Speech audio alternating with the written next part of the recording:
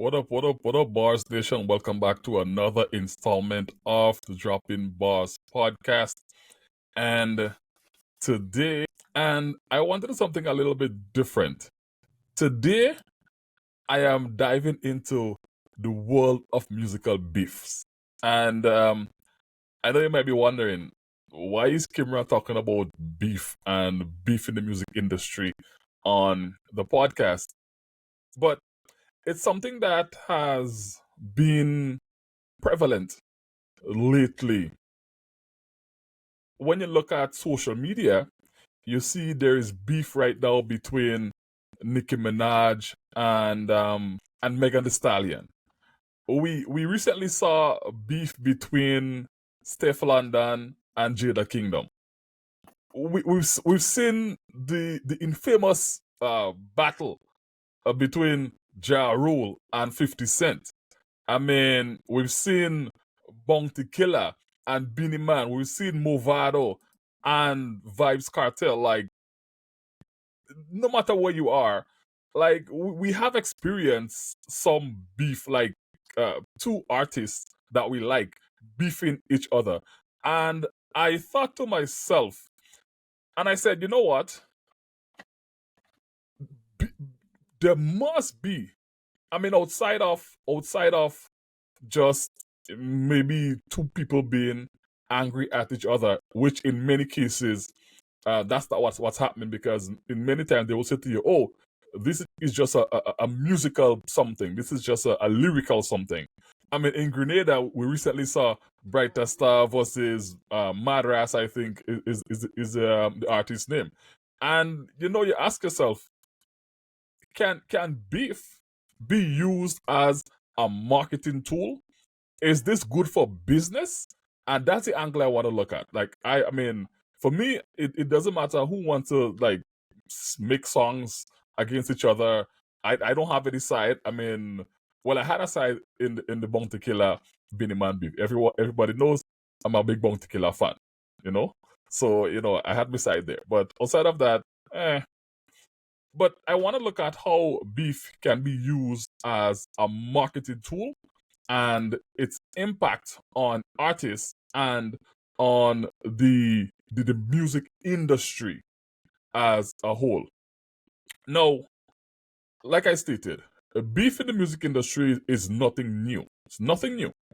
It's a tactic that artists have been using for decades to gain attention, to sell records, and to increase their earnings. So I want to start by examining how beef can be strategically leveraged for business benefits, because there's definitely some business benefits there, or else I don't think that people would be beefing each other in the way that we're seeing now. Now, I think the very first thing that they benefit from is increased exposure. When two artists engage in feud or in beef, it generates headlines and social media buzz. I mean, look at what's happening with Nicki Minaj right now and Megan Thee Stallion, right? So this heightened exposure can lead to more streams, more downloads, more views on YouTube, more sales of the music. I mean, fans are drawn into the drama, and the curiosity often translates into financial gains for both parties. So beef is profitable. Beef definitely is profitable. And I mean, speaking about profitable, the monetization, right? Because beef generates content, distracts, interviews, and social media feuds, even feuds between the fans. And all of those can be monetized through advertising, streaming royalties, increased concert ticket sales. I mean, the more the feud escalates, the more opportunities for revenue that exists. So the bigger the feud, the more opportunities for revenue generation. Now, I'm not saying that only through beefing that you're going to make money. I'm just saying that you can make money through the beef. And you can also build fan loyalty based on what I'm seeing. Like when I observe what's happening on social media, you can definitely build fan loyalty because the beef divides the fans into two camps. That creates a loyal and passionate following for each artist involved. And these fans, we become emotionally invested in supporting our favorite artists, and we are most likely to buy the merchandise, attend the concerts, stream the music, listen to them on YouTube. Like, I'm a Bounty Killer fan.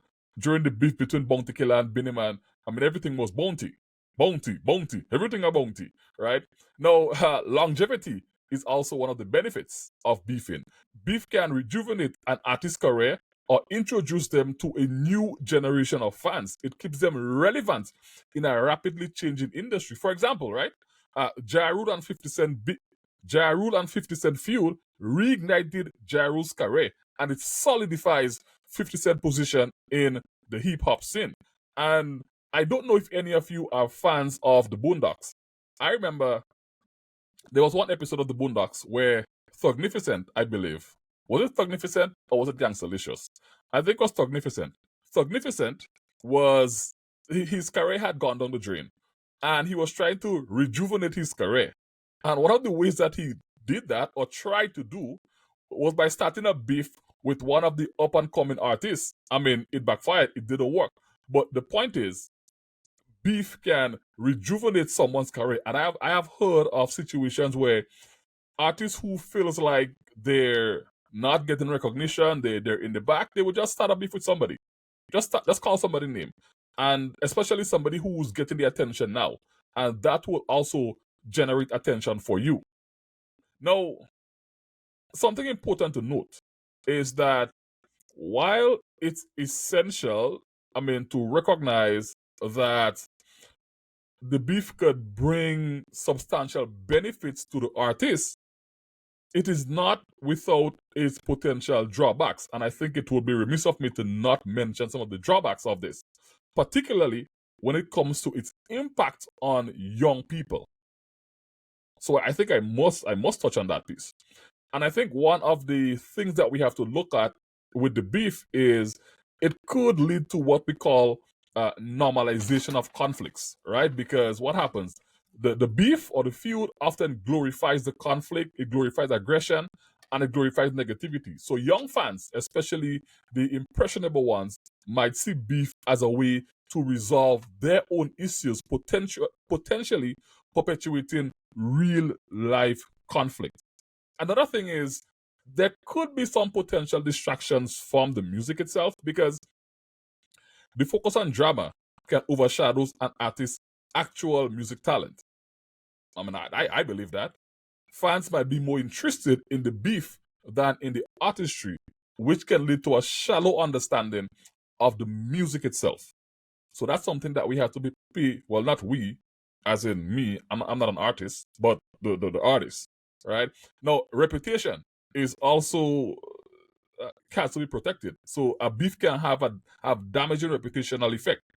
The beef can lead to public relation disasters, causing long-term harm to an artist's image. So it's essential for artists to tread carefully and be aware of the potential consequences of beefing or of the feud that they have with others. And let's not forget the impact on mental health, right? So engaging in beef can take a toll on an artist's mental health due to the constant stress, the public scrutiny, and the personal attacks on social media. I mean, we the fans, sometimes we just do too much sometimes, and that could really mess up somebody's mental health. The beef in the music industry is really a double-edged sword, and while it can be used as a marketing tool to boost an artist's profile and earnings, it does come with significant risk and potential negative consequences. Consequences. So it's essential for artists, their management, and also for industry professionals to weigh the benefit against the drawbacks and really consider the impact on their fans and the broader music ecosystem. So that's key.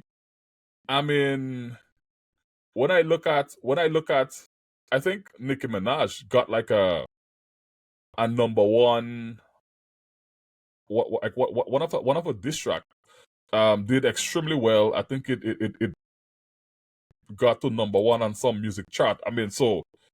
Beef is good for business, but let's not forget that there's also some potential drawbacks that can come there. Nevertheless, what are your thoughts? What are your thoughts on the beef that we're seeing now in the music industry? I mean, yeah, I know it's nothing new.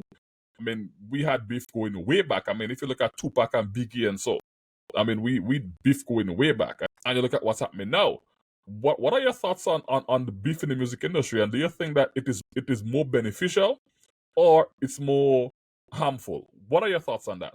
Thank you, Bars Nation, for tuning in to another episode of the Dropping Bars podcast. I am your host, Kimron Corion. Don't forget to like, subscribe, and share this podcast wherever you consume your podcast. And peace out. See you next week.